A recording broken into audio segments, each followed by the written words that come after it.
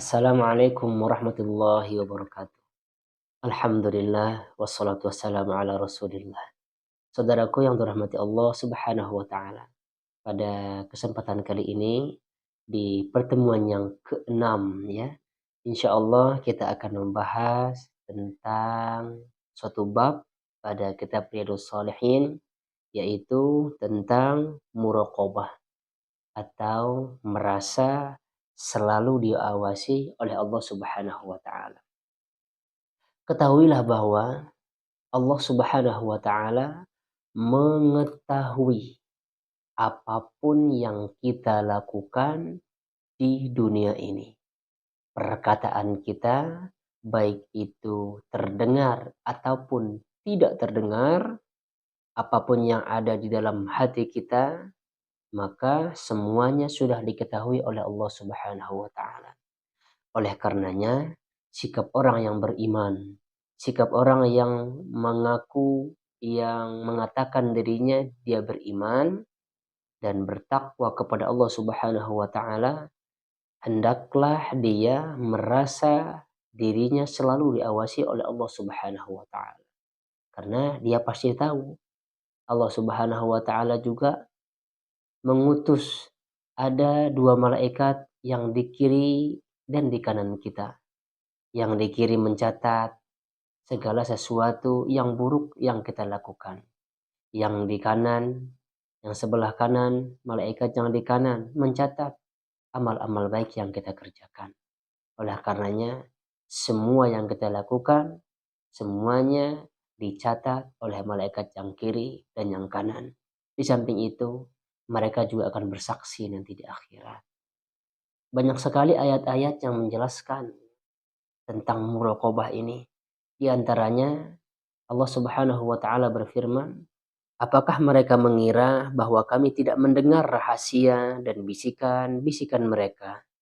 Sebenarnya kami mendengar dan malaikat-malaikat kami selalu mencatat di sisi mereka."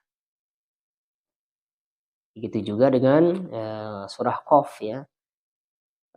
Tidak suatu ucapan pun yang diucapkannya melainkan ada di dekatnya malaikat pengawas yang selalu hadir.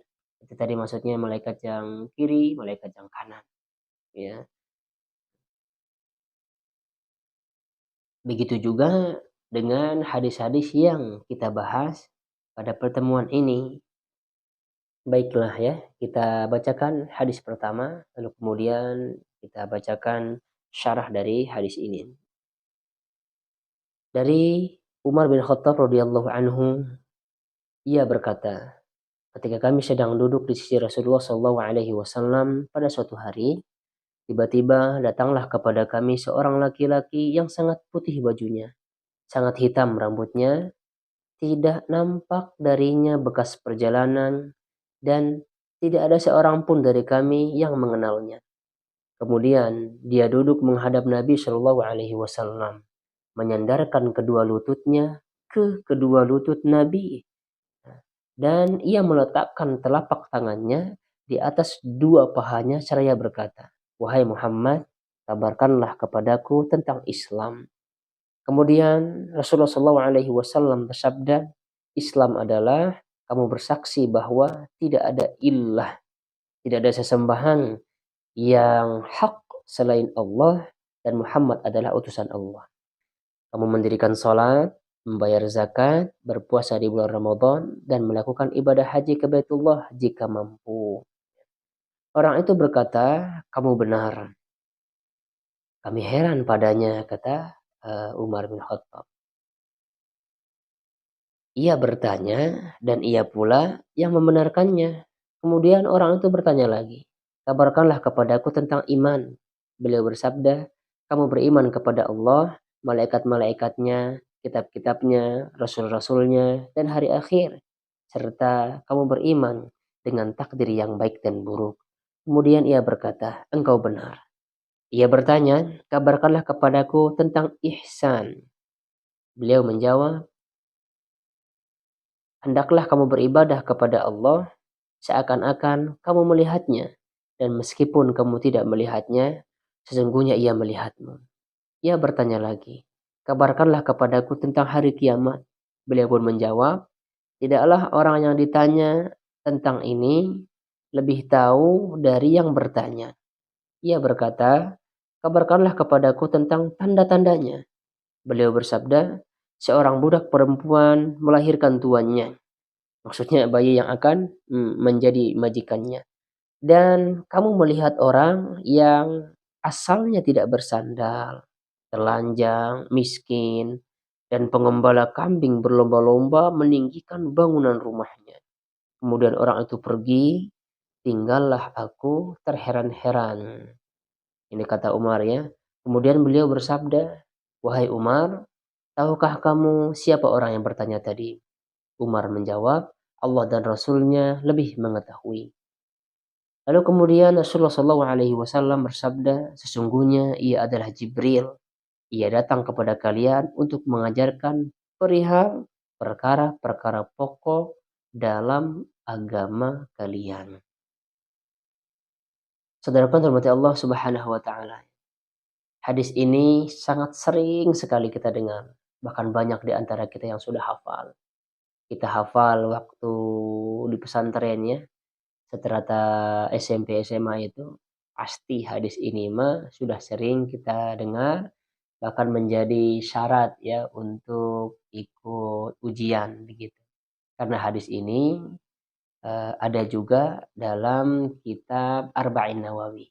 Di mana kitab Arba'in Nawawi kan di pesantren itu wajib untuk dipelajari. Bahkan menjadi syarat bagi kita untuk ikut ujian. Kalau kita hafal ya 42 hadis tersebut. Saudaraku yang dirahmati Allah Subhanahu wa taala, karena hadis ini juga sudah saya bahas ya. Sudah kami bahas pada video-video sebelumnya. Jadi untuk saat ini barangkali ya kita jelaskan dengan singkat saja dan bacakan begitu ya di kitab Riyadhus Shalihin ini. Tapi perlu diketahui bahwa pertama kali Rasulullah SAW melihat Jibril itu yaitu di Gua Hira. Ya. Lalu kemudian beliau menceritakan bahwa Jibril ini punya sayap. Ya. Jumlah sayapnya itu 600. Ya, sayapnya ini menutup ufuk sehingga langit itu tidak kelihatan. Disebabkan oleh sayapnya malaikat Jibril. Satu malaikat saja ya, ciptaan Allah besarnya luar biasa. Bahkan sayapnya saja menutup langit. Bagaimana dengan makhluk-makhluk Allah yang lain yang Allah ciptakan? Itulah kebesaran Allah. Allah Maha Besar ya. Allah Maha segala-galanya. Jadi mintalah apapun yang kita minta, insya Allah Allah akan kabulkan. Tapi harus sabar. Kalau misalkan permohonan kita itu masih belum dikabulkan oleh Allah, tunggu aja saatnya ya, insya Allah akan ada saat-saat indah ya, di mana doa-doa kita dikabulkan oleh Allah Subhanahu wa taala. Kita bahas satu persatu ya, secara ringkas saja. Rukun Islam ya. Yang pertama membaca 2 kalimat syahadat. Ini juga sudah dijelaskannya sepanjang lebar di video sebelumnya. Namun di sini saya bacakan syarahnya ya. Kesempurnaan syahadat bahwa Muhammad adalah utusan Allah, yakni membenarkan apa yang telah beliau kabarkan. Segala berita yang benar dari beliau, maka wajib bagimu untuk membenarkannya. Ini wajib bagi kita ya, apapun yang beliau kabarkan, wajib bagi kita untuk membenarkannya. Tidak boleh mengedepankan akal. Gak boleh mengedepankan akal ya. Wah, masa Nabi Muhammad begini, masa Nabi Muhammad begini. Wah, gak cocok ini, harusnya begini. Itu tidak boleh. Sikap orang beriman, dia kalau misalkan sudah mendengarkan kabar dari Rasulullah, sikapnya apa? Sami'na wa ata'na, dan membenarkannya. Udah selesai, cukup ya. Jangan sekali-kali akal kita ini mengalahkan iman kita. Harusnya iman itu mengalahkan akal. Sebagaimana ya ketika Ali bin Abi Thalib, beliau katakan seandainya agama ini berdasarkan akal, harusnya kalau mengusap khuf itu di bawahnya, bukan yang di atasnya. Kita lanjut. Jadi antara bentuk perwujudan syahadat yang hakiki bahwa Muhammad utusan Allah adalah tidak berlebih-lebihan dalam mengagungkannya sehingga mendudukannya pada kedudukan yang lebih besar dari kedudukan yang ditetapkan oleh Allah kepadanya. Ya, seperti orang-orang yang meyakini bahwa Rasulullah dapat menghilangkan bahaya sehingga mereka datang ke kuburan Nabi. Ini yang salah ya. Ini berlebihan. Mereka datang ke kuburan Nabi, lalu kemudian meminta kepada Nabi agar disembuhkan inilah, agar dipercepat rezekinya, agar ini, agar itu. Itu semuanya berlebihan. Itu tidak benar dan tidak pula diajarkan oleh Rasulullah Shallallahu Alaihi Wasallam. Bahkan ya, sahabat pun tidak pernah melakukan hal demikian. Ketika Rasulullah sudah wafat, ingat ya, kalau Rasulullah sudah wafat, Rasulullah tidak bisa ngapa-ngapain lagi. Jadi tidak ada gunanya kita meminta di depan makam Rasulullah, kita minta ke Rasulullah, itu nggak ada gunanya.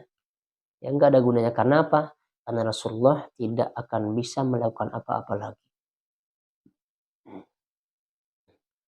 Ya, bahkan ya, para sahabat ketika mereka ditimpa paceklik ya, pada masa Umar bin Khattab itu ya, mereka melakukan sholat istisqa ya, sholat istisqa, sholat meminta hujan. Nah, di Masjid Rasulullah Sallallahu Alaihi Wasallam, mereka mereka tidak datang kepada makam Rasulullah, tidak, mereka tidak datang. Tetapi kepada siapa yang mereka datang? Kepada Al-Abbas. Ya. Siapa Al-Abbas? Ya, pamannya Rasulullah. Nah, Umar radhiyallahu anhu berdoa kepada Allah seraya memohon, ya Allah, dahulu kami bertawassul kepadamu dengan Nabi kami. Maka engkau menurunkan hujan kepada kami, dan sesungguhnya kami bertawassul kepadamu dengan paman Nabi. Ingat ya, dengan paman Nabi, bukan kepada Rasul lagi. Karena Rasulullah sudah meninggal dunia. Kemudian beliau memerintahkan Al-Abbas untuk berdiri dan berdoa kepada Allah agar diturunkan hujan kepada mereka. Ini hadisnya sahih ya. Ini juga hadis ini teh, hadis Bukhari. Lalu kemudian rukun Islam mendirikan sholat. Ini juga kita sudah bahas ya panjang lebar. Kita skip saja ya. Kita langsung saja ya kepada hadis yang kedua. Dari Abu Zar, Jundub bin Junadah, dan Abu Abdurrahman Mu'az bin Jabal radhiyallahu anhuma. Dari Rasulullah sallallahu alaihi wasallam, beliau bersabda, bertakwalah kepada Allah dimanapun kamu berada, dan ikutilah perbuatan buruk dengan kebaikan. Niscaya kebaikan itu akan menghapusnya, dan bergaullah dengan manusia dengan akhlak yang baik. Hadis ini sahih diriwayatkan oleh At-Tirmizi dan ia berkata hadis ini adalah hadis hasan. Kita bahas satu-satu ya. Yang pertama, wasiat Nabi Shallallahu Alaihi Wasallam, bertakwalah kepada Allah dimanapun kamu berada. Ini maksudnya adalah menjauhi hal-hal yang diharamkan dan melakukan hal-hal yang diperintahkan. Inilah yang dimaksud dengan orang yang bertakwa. Kita mengerjakan perintah Allah, tentunya kita mengerjakan hal tersebut dengan ikhlas, semata-mata karena Allah Subhanahu wa taala. Niat kita ini ikhlas semata-mata karena Allah Subhanahu wa taala. Nah, lalu kemudian melakukan perintah Allah tersebut, maka tidak lepas dari apa yang dicontohkan oleh Rasulullah Shallallahu alaihi wasallam. Kita ikuti bagaimana yang telah dicontohkan oleh Rasulullah Shallallahu alaihi wasallam. Yap, di antaranya ya, ketika orang melakukan zakat ya, orang yang bertakwa ketika dia diperintahkan untuk berzakat, nah maka dia pasti akan berzakat. Kalau orang kaya misalnya zakat mal, orang yang bertakwa itu dia akan senantiasa atau dia menghitung harta-harta dia, lalu kemudian dia hitung berapa zakatnya dan lain sebagainya. Itulah sikap orang yang bertakwa. Akan tetapi kalau ada orang yang kaya lalu kemudian dia tidak memenuhi hak hartanya, dia tidak keluarkan zakatnya, maka dia belum termasuk orang yang bertakwa. Lalu kemudian sholat misal, ada orang tidak sholat, dia belum bertakwa berarti. Banyak sekali ya. Atau berpuasa. Berpuasa, dia mengaku dirinya beriman, tapi tidak berpuasa. Tanpa uzur ya, dia tidak berpuasa, maka dia bukan orang yang bertakwa. Lalu kemudian wasiat yang kedua, ikutilah perbuatan buruk dengan perbuatan yang baik, maka ia akan menghapusnya. Yakni, jika kamu berbuat buruk, maka ikutilah perbuatan buruk itu dengan perbuatan baik. Maka perbuatan baik ini akan menghapus perbuatan-perbuatan buruk itu. Nah, jadi eh, perbuatan baik yang paling utama adalah bertaubat. Inilah perbuatan baik yang paling utama adalah bertaubat. Oleh karenanya ketika kita melakukan perbuatan kemaksiatan, ya, secepatnya kita bertaubat kepada Allah Subhanahu wa taala. Inilah ya perbuatan yang baik yang menghapus perbuatan-perbuatan yang buruk. Sekali lagi saya katakan ya, perbuatan yang baik yang paling utama adalah kita bertaubat kepada Allah Subhanahu wa taala. Dan perlu diketahui juga ya, tidak ada di antara kita yang tidak pernah melakukan dosa. Nah, sebaik-baik orang adalah orang yang melakukan perbuatan dosa lalu kemudian dia bertaubat. Nah, lalu kemudian wasiat yang ketiga, bergaullah dengan manusia dengan pergaulan yang baik. Dua wasiat yang pertama itu adalah interaksi dengan pencipta. Sedangkan yang ketiga ini berinteraksi kepada makhluk, yaitu kita berinteraksi kepada mereka dengan interaksi yang baik. Iya, kita berinteraksi, kita ngobrol, ya, kita bermuamalah dengan mereka, tapi dengan baik. Tidak berkata kasar, tidak menyakiti mereka, ya. Harusnya kita memuji mereka, berkata-kata yang baik.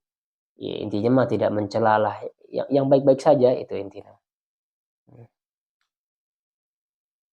Nah, begitu ya. Kita lanjut hadis ketiga. Dari Ibnu Abbas radhiyallahu anhuma, ia berkata, suatu hari aku berada di belakang Rasulullah sallallahu alaihi wasallam, kemudian beliau bersabda, wahai anak muda, sesungguhnya aku akan mengajarkan kepadamu beberapa kalimat. Jagalah Allah, maka Allah akan menjagamu. Jagalah Allah, maka kamu akan mendapatkannya di hadapanmu. Jika kamu meminta sesuatu, maka mintalah kepada Allah. Dan jika kamu memohon pertolongan, maka mohonlah pertolongan kepada Allah. Ketahuilah sekiranya seluruh umat berkumpul untuk memberi manfaat kepadamu, niscaya mereka tidak dapat memberikan manfaat kecuali sesuatu yang telah Allah tuliskan bagimu. Dan jikalau mereka berkumpul untuk membahayakanmu, niscaya mereka tidak akan mampu membahayakanmu kecuali dengan sesuatu yang telah Allah tuliskan, Allah tetapkan bagimu. Pena-pena telah diangkat dan lembaran-lembaran telah mengering. Hadis ini diriwayatkan oleh At-Tirmizi. Saudaraku yang terhormati Allah Subhanahu wa taala, kita bahas satu-satu ya. Kalimat yang mengatakan bahwa jagalah Allah maka Allah akan menjagamu. Itu maksudnya adalah kita menjaga syariat Allah. Artinya apa? Ketika Allah memerintahkan kita A, maka kita lakukan. Ketika Allah melarang kita untuk melakukan B misalnya, maka kita tinggalkan. Itu maksudnya. Maka Allah akan menjaga kita. Maka Allah akan berada di hadapan kita. Nah, itu maksudnya ya. Lalu yang kedua, jika engkau meminta, maka mintalah kepada Allah. Dan jika engkau memohon pertolongan, maka mohonlah pertolongan kepada Allah. Ya, sudah jelas. Kita jangan bersandar kepada manusia. Jangan terlalu berharap kepada manusia. Sebab kalau berharap kepada manusia ini kita selalu akan kecewa. Kecewa kitanya. Tapi kalau orang yang sudah mengenal Tuhannya, dia sudah mengenal Robnya, penciptanya, maka dia akan senantiasa berharap kepada Allah Subhanahu wa taala. Ya. Jadi kalau misalkan kita masih saja lebih mengedepankan manusia daripada Allah, patut dipertanyakan ketauhidan kita. Kita minta kepada Allah. Apapun itu mah, ada orang miskin misalnya, dia minta harta, nah, dia minta rezeki. Ada orang yang sulit dalam pekerjaan, ya dia minta kemudahan. Pokoknya semualah apapun yang hajat kita ini ya, kita langsung saja kepada Allah ya berdoanya. Dan ketika kita tidak bisa bahasa Arab, ya, pakai bahasa Indonesia saja. Tidak mengapa ya, Allah mah pasti tahu kok. Mau pakai bahasa Indonesia, bahasa Sunda, Allah mah tahu. Pakai bahasa mana saja ini, nah, Allah tahu. Ya. Lalu kemudian, ya, sekiranya seluruh umat berkumpul untuk memberikan manfaat kepadamu, niscaya mereka tidak dapat memberikan manfaat kepadamu kecuali sesuatu yang telah Allah tuliskan bagimu. Nah, begitu juga kalau manusia memberikan kita mudarat, itu tidak akan terjadi kecuali atas izin Allah. Kecuali yang sudah dituliskan ya oleh Allah untuk kita. Pena-pena kan sudah diangkat gitu ya. Tinggal kita jalani saja hidup-hidup ini. Maka orang yang selalu menyandarkan hidupnya kepada Allah, berharap kepada Allah, dia tidak akan risau, dia tidak akan bersedih. Ya. Kenapa?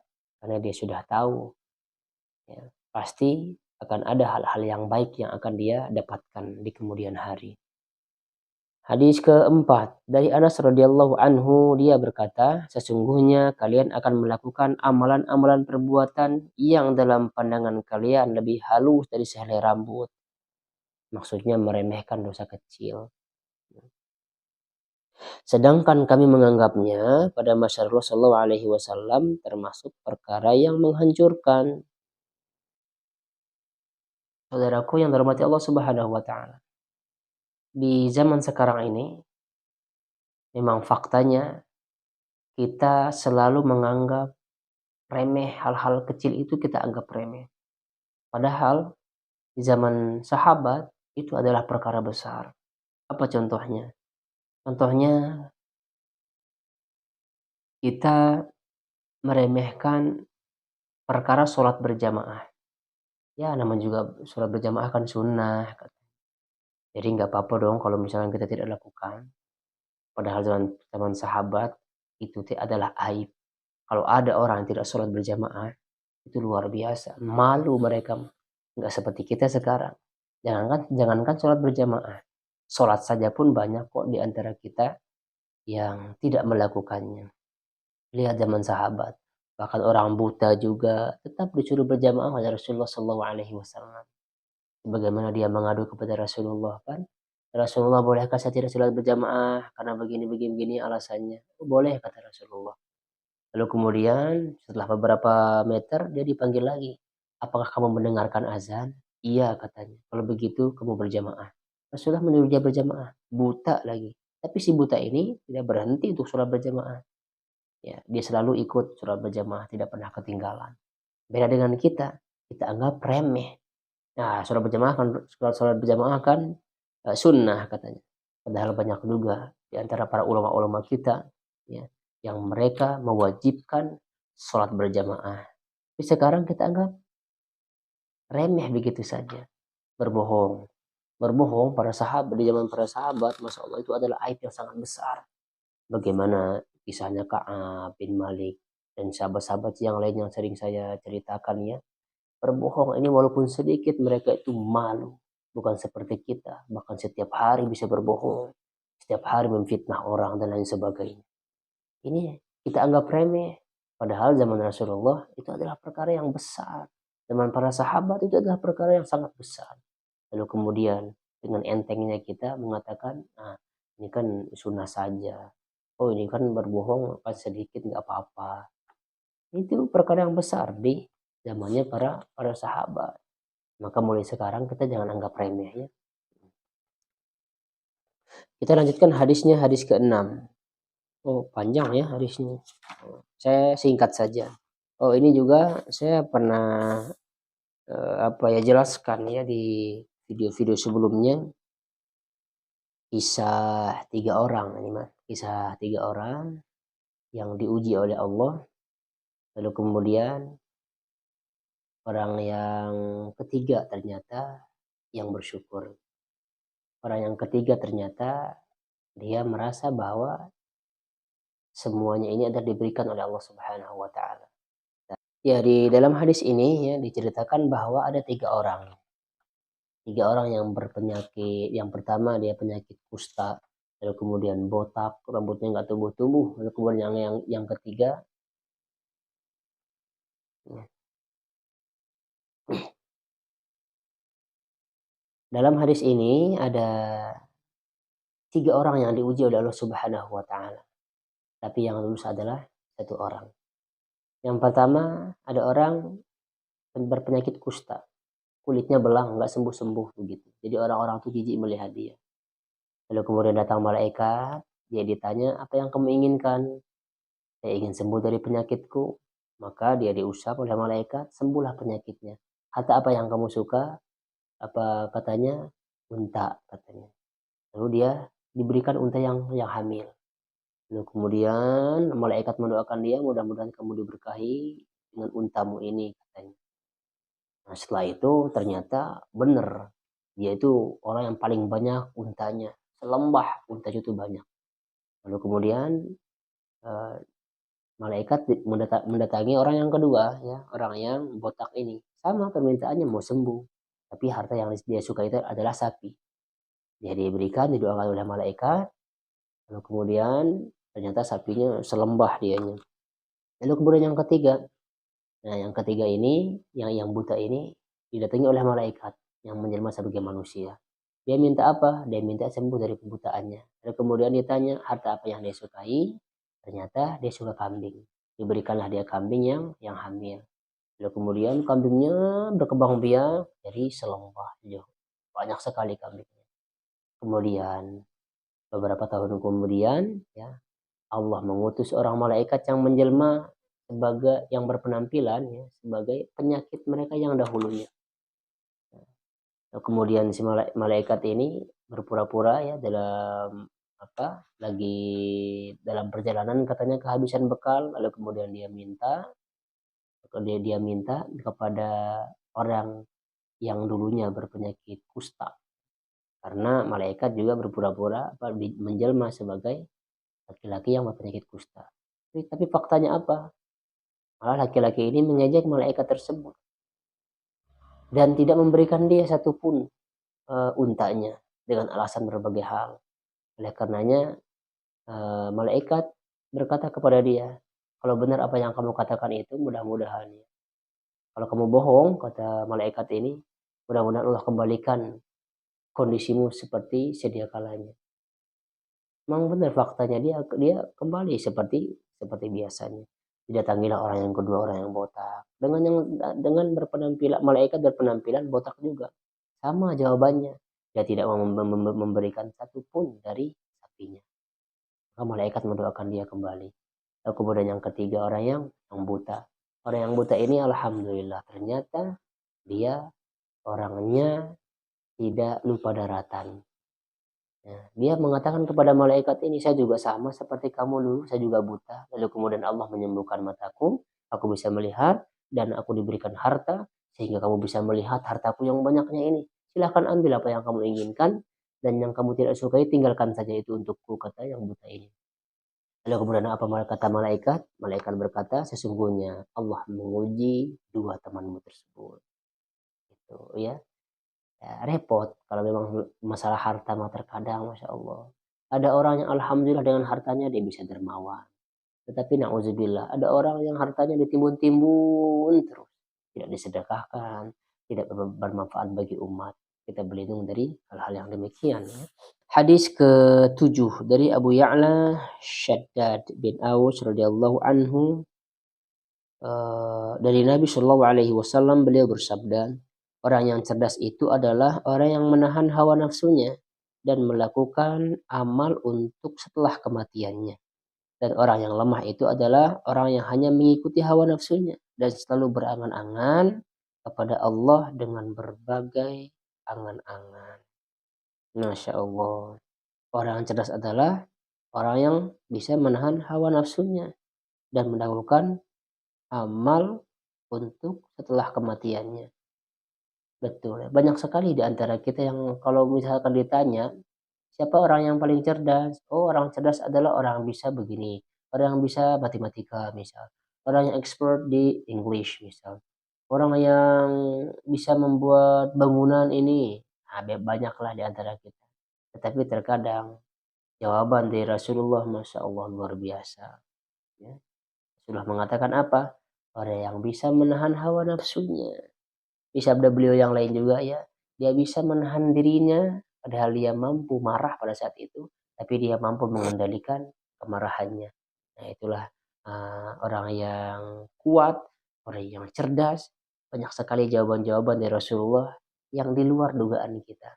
Hadis yang terakhir dari Abu Hurairah radhiyallahu anhu, dia berkata, Rasulullah sallallahu alaihi wasallam bersabda, di antara tanda-tanda kebaikan atau kesempurnaan Islam seseorang adalah dia meninggalkan sesuatu yang tidak bermanfaat baginya. Di antara bentuk kesempurnaan keislaman seseorang apa? Dia meninggalkan hal-hal yang tidak bermanfaat. Itu luar biasa ya. Jadi kalau misalkan kita masih banyak melakukan hal-hal yang tidak bermanfaat ya, salah satunya misalkan kita kumpul-kumpul nih ngobrol-ngobrolin keburukan orang lain yang banyak terjadi di masyarakat.